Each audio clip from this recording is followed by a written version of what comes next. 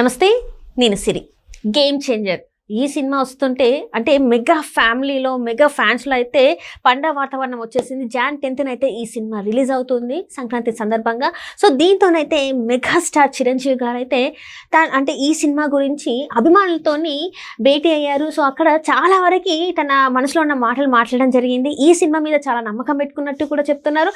అట్లనే ఏదైతే రామ్ చరణ్ గారి పర్ఫార్మెన్స్ ఉందో అవార్డ్ విన్నింగ్ పర్ఫార్మెన్స్ అని కూడా చెప్పడం జరిగింది. సో అసలు ఇంకా ఏం మాట్లాడారు, అసలు చిరంజీవి గారు చాలా రోజుల తర్వాత అంటే అభిమానులతో భేటీ అవ్వడం చాలా రోజుల తర్వాత అయింది. సో దీని మీద ఇంకా ఏమేమి మాట్లాడారు, ఇంకా ఏమేమి జరిగాయి అనే అంశాన్ని మనకు వివరించడానికి మనతో పాటు ఉన్నారు ప్రముఖ సీనియర్ జర్నలిస్ట్, సినీ క్రిటిక్ జగదేవ్ గారు.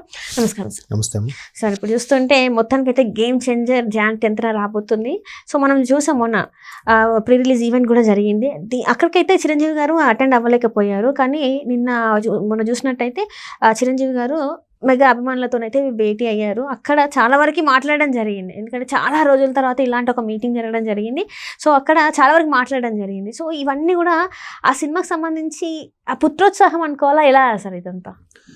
చిరంజీవి గారు రీసెంట్గా ఒక ఏంటది అమెరికన్ ప్రోగ్రెసివ్ ప్రోగ్రెసివ్ దీని మీద తెలుగు అసోసియేషన్ ఆప్తా మాట్లాడినప్పుడు సరదాగా అంటే ఒక్కసారి ఆయన ఇండస్ట్రీ తొలినాళ్ళలో ఎలా ఉన్నారో అలాంటి చిరంజీవి గారిగా మనం మాట్లాడారు. అంటే ఆయన ఐరన్ లెగ్ అని కూడా అన్నారంట. అంటే తిరుగులేని మనిషి అనే ఎన్టీఆర్ సినిమాకి ఆయన అందులో యాక్ట్ చేశారు. చేస్తే ఆ సినిమా ఆడలే. ఎన్టీఆర్ లాంటి మహానటుడు, ఎంత క్రేజ్ ఆయనకి, భారతదేశంలోనే గర్వించదగ్గ నటుడు కదా మహానటుడు ఎన్టీఆర్ గారు, నటరత్న నందమూరి తారక రామారావు గారు. అటువంటి ఎన్టీఆర్ గారితో కలిసి చిరంజీవి చేస్తే చిరంజీవి అప్పుడు ఎవరికి తెలియదు. చిరంజీవి గారు అంటే ఎవరు చూస్తారు? ఎన్టీఆర్ని చూడడానికి వెళ్తారు కదా. అటువంటి సినిమా పోవడం ఏంటి ఫ్లాపు, ఈ మహానుభావుడు ఎవడో కాల్ ఎట్టాడో ఐరన్ లెగ్ అని అన్నారంట. అది ఆయన గుర్తు చేసుకుంటూ నవ్వుతూ చెప్పారు. అంటే తొలినాళ్ళలో ఈ మొగపడిన అద్దలో చూసుకున్నావా, ఈయన హీరో ఏంటి, ఒకడైతే మిడిగుడ్లు వేసుకుని ఉన్నారా, ఇలా కూడా మాట్లాడడంలో ఉన్నారంట. ఇప్పుడు కాదు, ఇంతకుముందు ఎప్పుడో పాతకాలం సందర్భాల్లో చెప్పిన, చెన్నైలో ఉన్నప్పుడు అప్పుడెప్పుడో వేరే ఇంటర్వ్యూలో కూడా చెప్పినట్టు గుర్తున్నారు.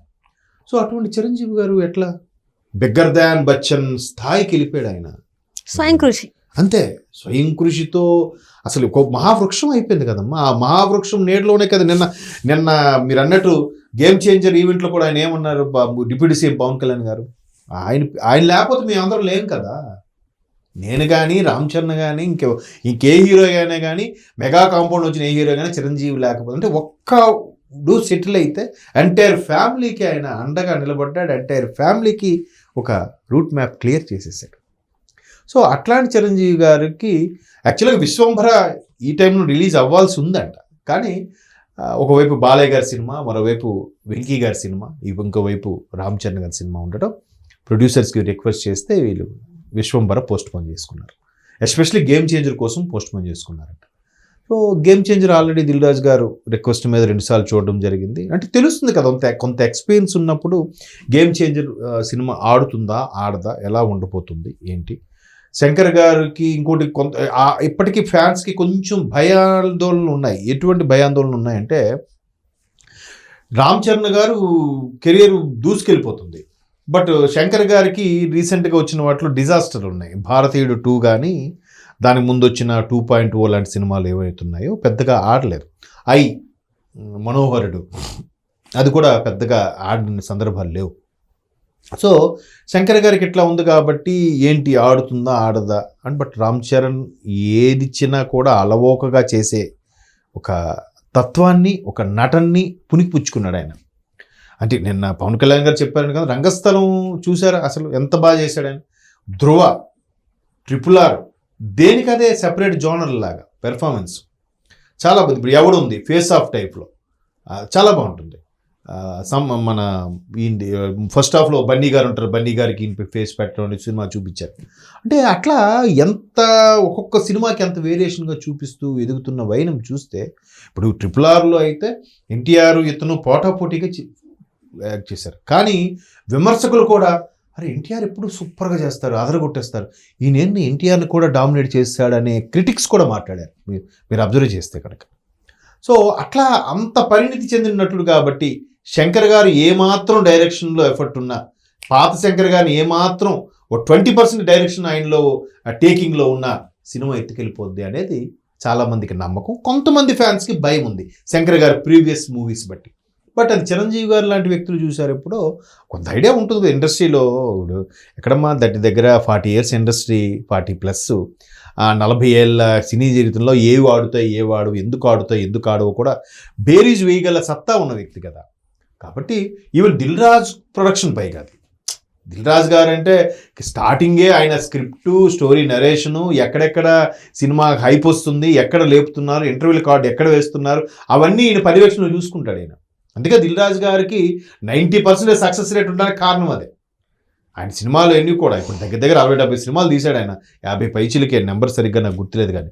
సో ప్రతిదానికి కూడా ఎందుకు దిల్ రాజు సినిమా అంటే 90% గ్యారంటీ, ఎందుకంటే ఈయన ఇన్వాల్వ్ అవుతాడు. కొన్ని ఆయనే మా స్టోరీలను కొద్దిగా మార్చి తీసుకురాము, లేదంటే ఇక్కడ ఇలా పెడతాం అంటే డైరెక్టర్స్తో, హీరోతో డిస్కస్ చేస్తారు. దిల్ రాజు అంటే ఇప్పుడు చూసారా, పవన్ కళ్యాణ్ గారు కూడా చెప్పారు, నేను కష్టకాలం ఉన్నప్పుడు నాకు నేమ్ ఉంది కానీ ఫేమ్ ఉంది కానీ డబ్బులు లేవు, అలాంటి టైంలో కూడా నాకు డబ్బులు ఇచ్చి ఆదుకున్న ప్రొడ్యూసర్ ఆయన. మరి అది భీమ్లా నాయక్ ఏదో వకీల్ సాబ్ సంథింగ్, మరి ఆయన దిల్ రాజు గారు ప్రొడక్షన్లో చేశారంట కదా, వకీల్ సాబ్ అనుకుంటా.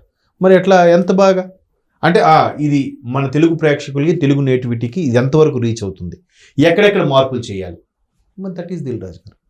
ఆయన కొత్త హీరోలతోని, పాత హీరోలతోని, కొత్త రచయిలతోని, పాత రచయిలతోని, దర్శకులతోని, అసిస్టెంట్లతో కూడా చాలా కొల్యూడుగా ఉంటాడు ఆయన. ఒక అసిస్టెంట్ డైరెక్టర్కి ఛాన్స్ ఇచ్చాం, ఈయన ఎక్కడ బాగా డైరెక్ట్, ఏ పట్టులో బాగా చేస్తున్నాడు, ఒక ఎమోషనల్ చేస్తున్నాడా, లేదా ఫ్యామిలీ డ్రామాలో బాగా చేస్తున్నాడా, యాక్షన్ సీన్స్లో బాగా చేస్తున్నాడా, అక్కడ ఆయన పట్టుకుంటాడు. బాబు నువ్వు ఈ సెక్టర్లో బాగా డైరెక్షన్ చేసి చూపిస్తున్నావు, దీని మీద నువ్వు డెవలప్ చేయని చెప్తాడంట ఆయన. సో అటువంటి దిల్ రాజు గారు బ్యానర్లో ఇప్పుడు వస్తున్న శంకర్ గారి సినిమాకి ఖచ్చితంగా అంటే ఆల్మోస్ట్ 60-70% హిట్ గ్యారంటీ. మిగతాది ఆ టేకింగ్ ఎలాగ ఉన్నదో మనకు తెలియాలి. ఒకవైపు రామ్ చరణ్ ఇమేజ్, సో అదే చిరంజీవి గారు అక్కడ షేర్ చేసుకోవడం జరిగింది. ఆల్రెడీ ఆయన చూశాడండి సినిమా, చూసినప్పుడు ఒక అవగాహనకు వస్తుందిగా, బేరీజ్ వేసుకుంటారుగా. ఈ మధ్యకాలంలో కొన్ని సినిమాలు ఎందుకు ఆడుతున్నాయో కూడా తెలియదు, అలాంటివి కూడా ఆడుతున్న సందర్భంలో ఎంతో కొంత కంటెంటు, ఒక ప్రభుత్వ అధికారి, ఐఏఎస్ ర్యాంకులో ఉన్న గ్రూప్ 1 ఆఫీసర్గా ఉన్న ఒక అధికారి అక్కడుండే రాజకీయ నాయకులతో సతమతం అవుతూనే, ఇబ్బందులు ఫేస్ చేస్తూనే, హర్డిల్స్ ఫేస్ చేస్తూనే ఎదుగుతూ ప్రజల కోసం ఎలా పాటుపడాడు అనేది స్టోరీ లైన్ అని విన్నాను నేను ఎక్కడో. మళ్ళీ అందులో డ్యూయల్ రోల్ కూడా, తండ్రి పాత్ర కొడుకు పాత్ర కూడా చేస్తున్నట్టు కూడా విన్నాను.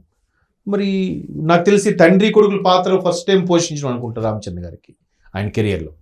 సో ఒక డిఫరెంట్గా చూపించుకోవాలి కదా బిడో, అంటే కొడుకు పాత్ర చేసేయగలుగుతారు, తండ్రి పాత్ర చేయడంలో కొద్దిగా ఔన్నత్యం కావాలి, దానికి ఒక మెచ్యూరిటీ లెవెల్స్ కావాలి. తండ్రి పాత్ర చేయాలి అంటే అందరికీ అది సక్సెస్ అవ్వచ్చు, అవ్వకపోవచ్చు. సో అందుకు అలాంటి విషయాల్లో కొంచెం సందేహం ఉంది, కానీ మిగతా అన్నిట్లో చాలా బాగా చేశారు. తమన్ గారి మ్యూజిక్ కూడా డిఫరెంట్గా బాగుందని కూడా అంటున్నాను. ఎందుకంటే శంకర్ గారి మూవీస్ అంటే కంపల్సరీగా ఏఆర్ రెహమాన్ తప్పితే 1-2 హారిస్ జయరాజ్ గారు కొట్టారు. ఇంతవరకు అలాంటి తమన్కి ఆ ఛాన్స్ వచ్చిందంటే ఊరికే వేస్తారా, ఒక స్వింగ్లో ఉన్నాడు ఆయన. కాబట్టి మ్యాక్సిమం సినిమా, పైగా సంక్రాంతి అంటేనే సినిమా ఫెస్టివల్. సో చిరంజీవి గారికి అది నిజంగా మీరు అన్నట్టు పుత్రోత్సాహం అంటే గుర్తొచ్చింది. ఆయనకి పుత్రోత్సాహం పవన్ కళ్యాణ్ గారితోనే కలిగిందంట. నిన్న పవన్ కళ్యాణ్ గారు స్పీచ్లో ఏం చెప్పారు, చిరంజీవి గారు నాకు తండ్రి సమానుడు. మగధీర హిట్ అయినప్పుడు కూడా చిరంజీవి గారికి ఇదే మాట అడిగారు, ఏమండి మీ అబ్బాయి 2వ సినిమాకే బీభత్సమైన సూపర్ స్టార్ అయిపోయాడు, కలెక్షన్స్ కూడా ఉన్నాయంటే, ఈ పుత్రోత్సాహం నేను కళ్యాణ్ బాబుతో ఎప్పుడో పొందని చెప్పాడు. ఆయన కూడా కళ్యాణ్ బాబుని ఒక కొడుకుగానే ట్రీట్ చేస్తారు. సో ఏదైనా అంటే ఆ క్రమశిక్షణ, నోరు అదుపులో పెట్టుకోవడము, బిహేవియర్ అంత ఇది ఉండి కూడా నోటుకు వచ్చినట్టుగా ఎవడైనా మనల్ని అంటే ఊరుకోనని చెప్పి వెంటనే కౌంటర్లు వేసేయడం ఇది కాదు. ఎంత ఒదిగుంటే అంత సక్సెస్ అని. Right thank you so much sir.